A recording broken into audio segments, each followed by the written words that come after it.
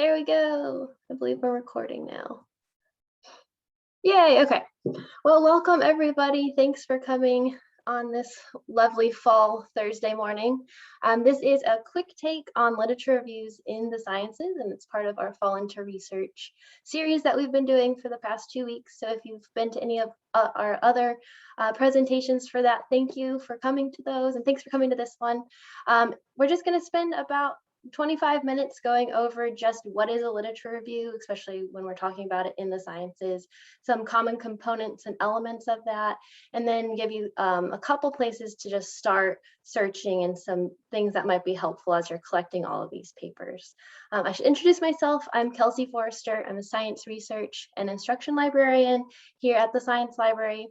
I work with College of Agriculture, Odum School of Ecology, and the Department of Marine Science. So we all kind of have our subject specialties for all of us in research and instruction.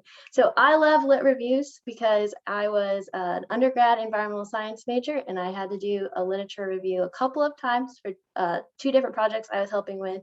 And it's actually what made me go to graduate school to become a librarian, because it's kind of my favorite part of the research process.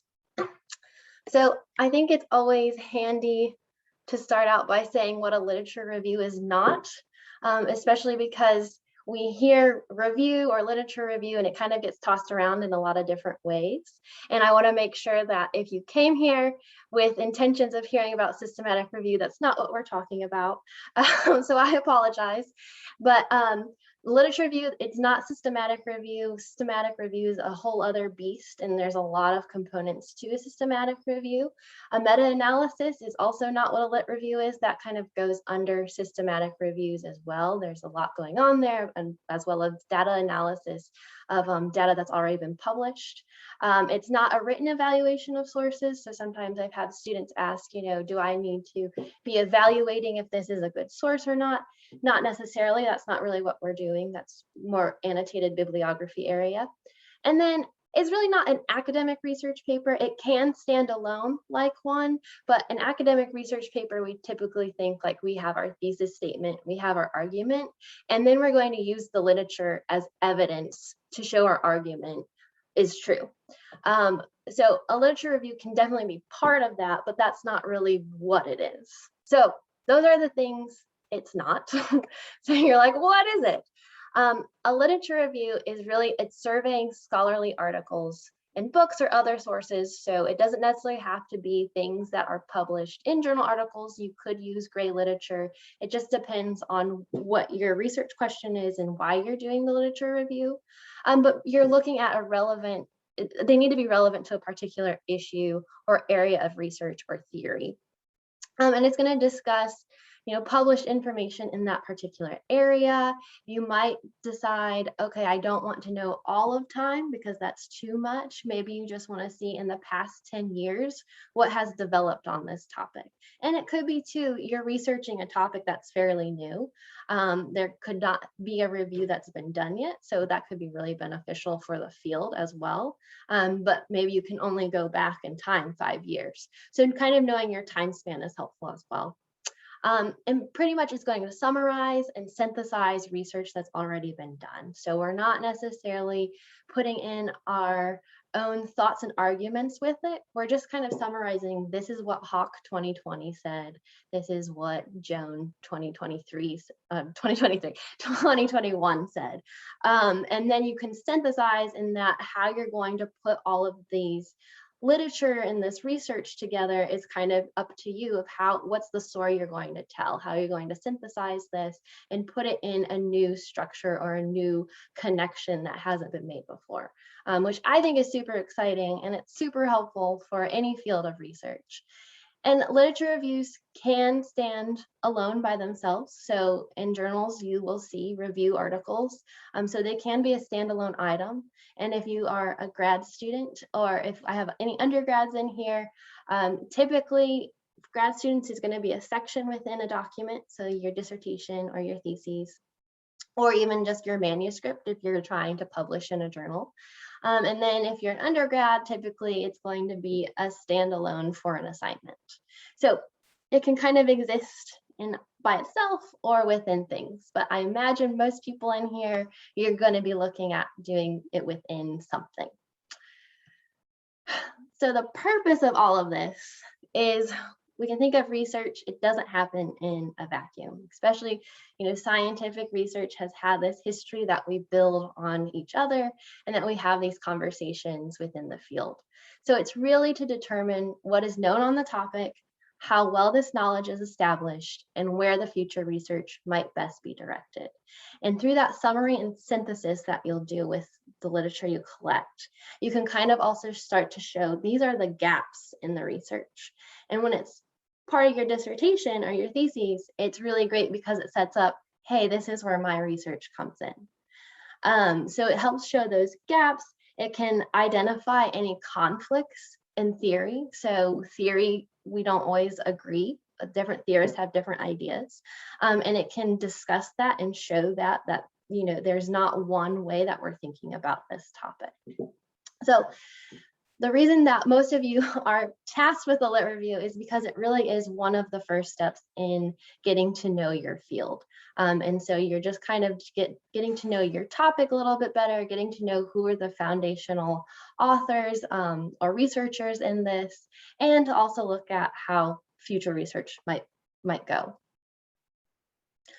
And what's great is the development of a lit review is actually a lot like the development of any research project. It's just kind of on like a micro scale, and you're just working with literature. So you're going to have your problem formulation, and it's good to kind of know what is your topic or what is your question that you're looking at. So that can be your topic or question for your research area. And then you want to figure out what are the component issues going on here? What are the different aspects that I might need to know the foundation of here? And that might be helpful for other researchers to know or other readers to know about this. And then you go into your literature search, and that's really just you're finding those relevant materials to that topic or those questions that you have. You'll do data evaluation as well, as opposed to using like R or any of the SPSS stuff. You're really just going to be looking through the literature, reading abstracts, reading the results, reading their methodology. And from that, you're going to start to analyze what's going on here. And you're going to start discussing these findings. You can compare and contrast different studies. So it's exact same process. And of course, it's not linear. So you're always probably going to be popping back to some of these things in kind of a loop. But it's not that different, right? We've kind of all done this sort of problem formulation. I look things up, I collect data, I analyze. So the only difference is we're not doing any of our own primary research. We're not adding in any of our own arguments. We're just looking at what has the literature already said. So I often get asked too, what should be in my literature review? What are components or elements that I want to make sure are in there? And this is a nice graphic of typically what is in a lit review. And I need to move my little box here so I can see too. But pretty much you're going to show those relationships between previous studies and theories. The synthesis comes in and how you end up organizing that and how you end up telling that story and connecting these ideas. You're going to provide your context for your own research, and that usually can happen towards the concluding or introduction of this, and we'll talk a little bit in just, I think, the next slide of kind of the structure of this.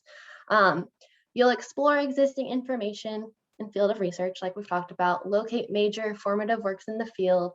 You'll ascertain key researchers working on this topic. And so we're going to show you some helpful tools to help you figure out what are some foundational papers. Because if you're new to a topic, you can be like, I have no idea. So there's some tools that we can use in our searching that I'll make sure we go into.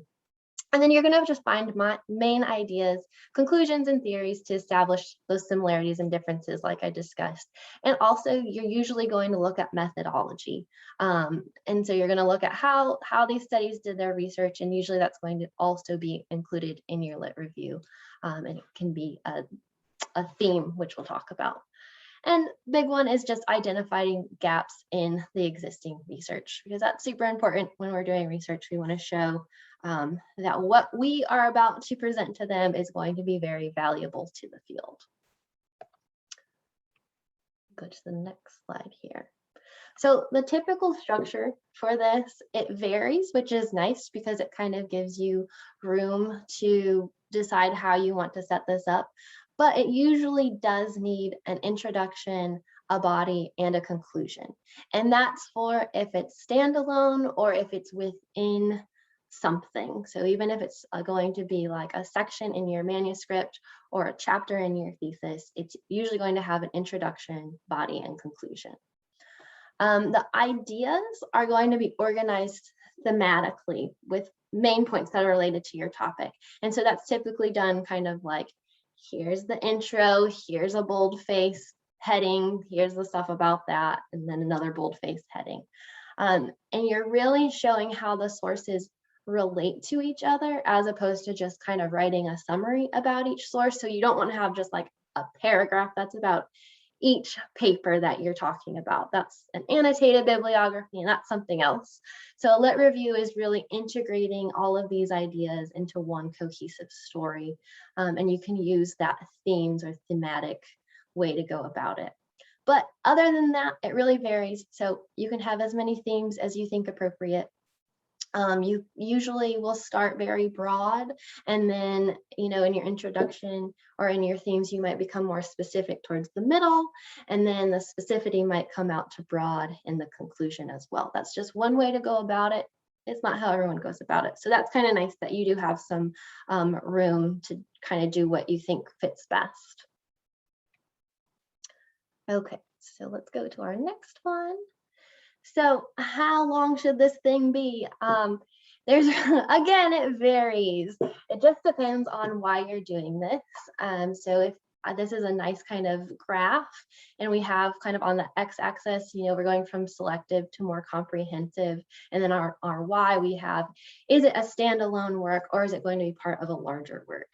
And so kind of depending on that, it kind of helps you see like, okay, if it's for my thesis or dissertation, it's part of something, but it's probably going to be pretty comprehensive.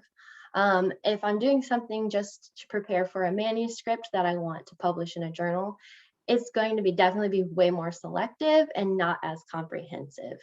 So it's just going to kind of set up your experiment at that point with the foundational understandings. So it kind of depends, and it just depends on, am I collecting everything that I need to understand this? Is this going to be a chapter? Is this going to be something that stands alone? And I have some examples because I think that's always helpful, especially if you're kind of new or if you're working on your review and you're like, am I doing this right? It can kind of be helpful to just see some exemplar texts. So I have a standalone review here. And you can see it looks a lot like a regular journal article, but here, how I said it's broken up into themes with those bold headings. So we have the introduction, they go into the body. Here, I have notes on what they were doing. They were looking at different methodologies used to estimate wind speed in urban settings. So after they introduce the theory, they end up going into kind of like the difficulty of in situ measuring of different wind speeds. And then that gets followed by some more thematic ideas, which is related to each of the different estimation techniques that have been used instead. And so it's just a good example of showing how they break it up, what a standalone review article looks like. It's about 11 pages and 59 references. Honestly, I just tell you that in case you're wondering, but that there's not a rule about how many sources you need to use or how long it should be, but it is standalone, so it does need to be comprehensive. And I don't know about like their methodology for doing this, so maybe they just looked at the last 10 years. So always remember about your time span too, and you can always kind of say, hey, I just want papers in the last 5 years for this. If it's more comprehensive, you probably want to open that up a little bit more. So that is just a standalone review article. And then this is what a lot of you might be working on. Well, this is a PhD dissertation, but it's similar to the master's. And let's go to their table of contents. So here, table of contents, and you'll see chapter 2 is a literature review. So they took their whole chapter and made a literature review. So let's go to page 30. And so just to show you, it does another, just like we saw with the standalone, it's breaking it down. They start really broad about human body and oxygen and the species, and then they do get more and more specific about their topic, which is peanut skins and peanut butter formulation. And they're bringing in components of food chemistry as well as nutrition in humans.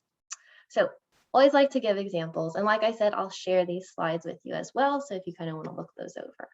But for the last little bit, where should I begin my search for sources? And since we're science people, I always say Web of Science is a nice place to start. If you've been there before, perfect. If you haven't, that's okay. It does a nice broad stretch. So whether you're in biological sciences, agriculture, pharmacy, whatever, engineering, it does a good job of kind of gathering from all of those disciplines. And I'll talk a little bit in just a minute of like, what if I'm not finding anything in Web of Science, what to do? But to get there, we'll go to our homepage and you'll go databases A to Z. So homepage is libs.uga.edu. Databases A to Z, Web of Science, and you'll want to get through Web of Science through the homepage to make sure that you get access, all the good access that we have. And here it is. So as far as coming up with search strategy, search terms, and all of that, like I said at the beginning, I'm a subject specialist. So we all have, whatever you're in, there is a subject specialist librarian for you.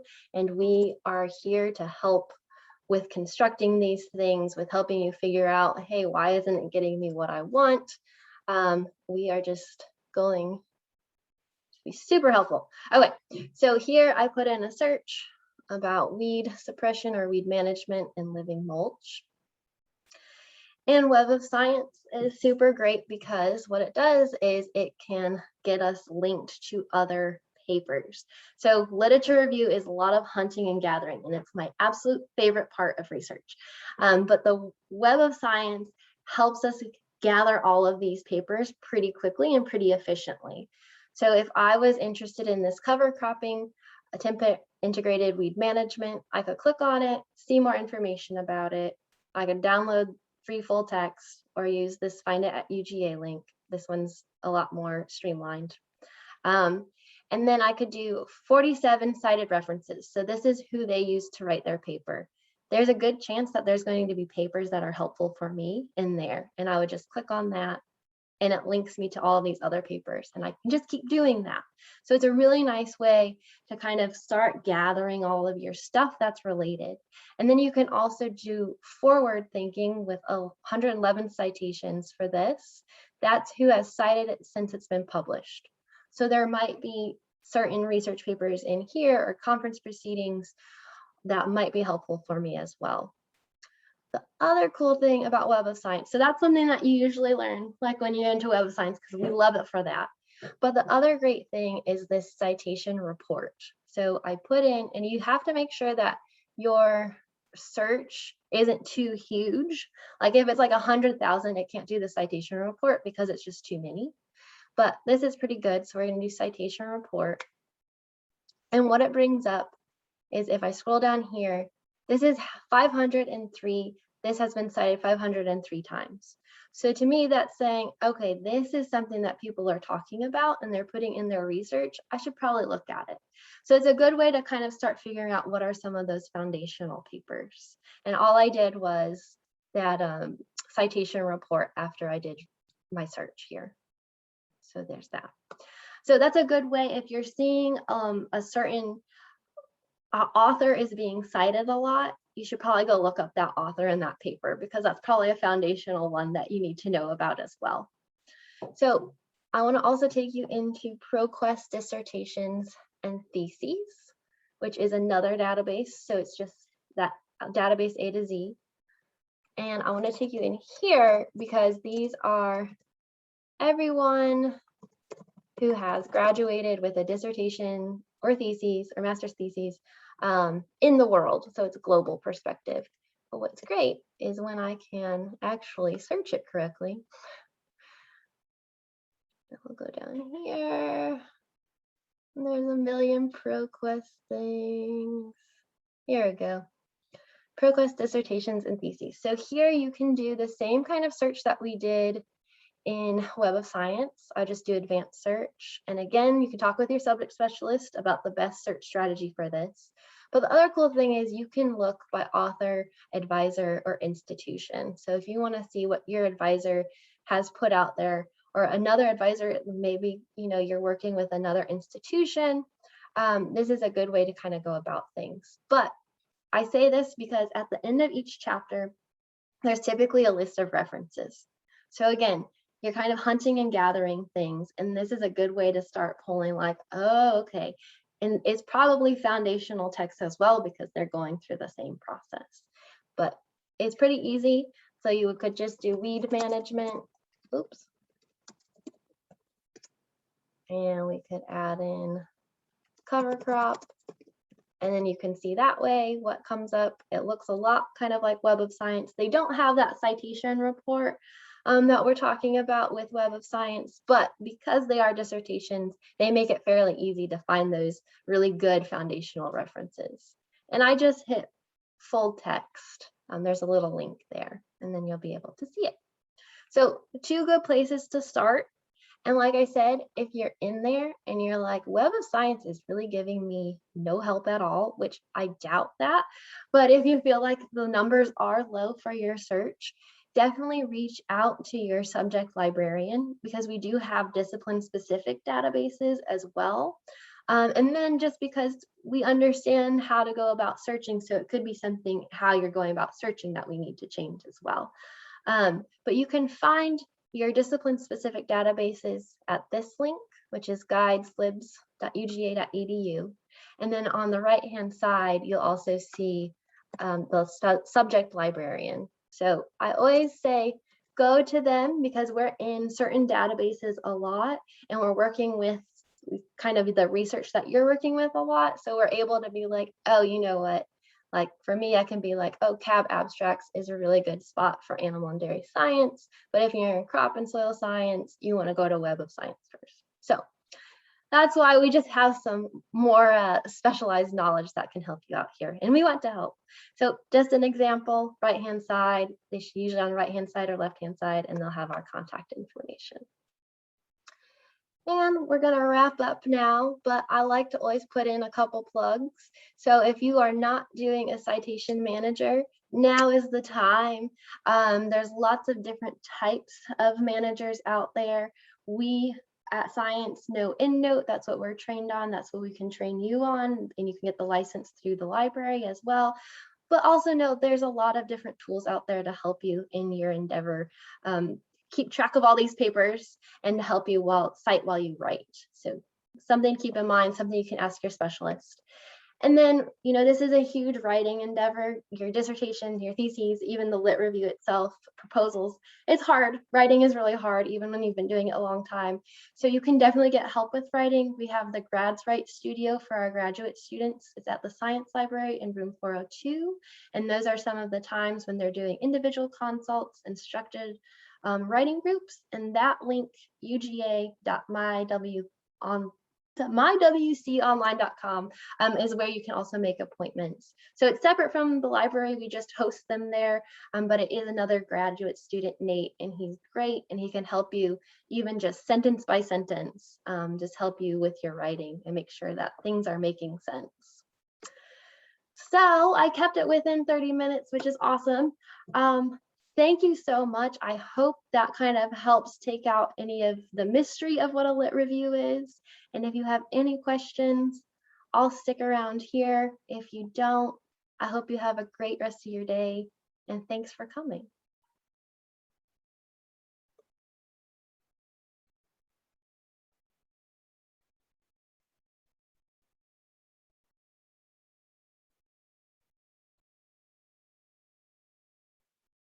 Thanks, Daniela.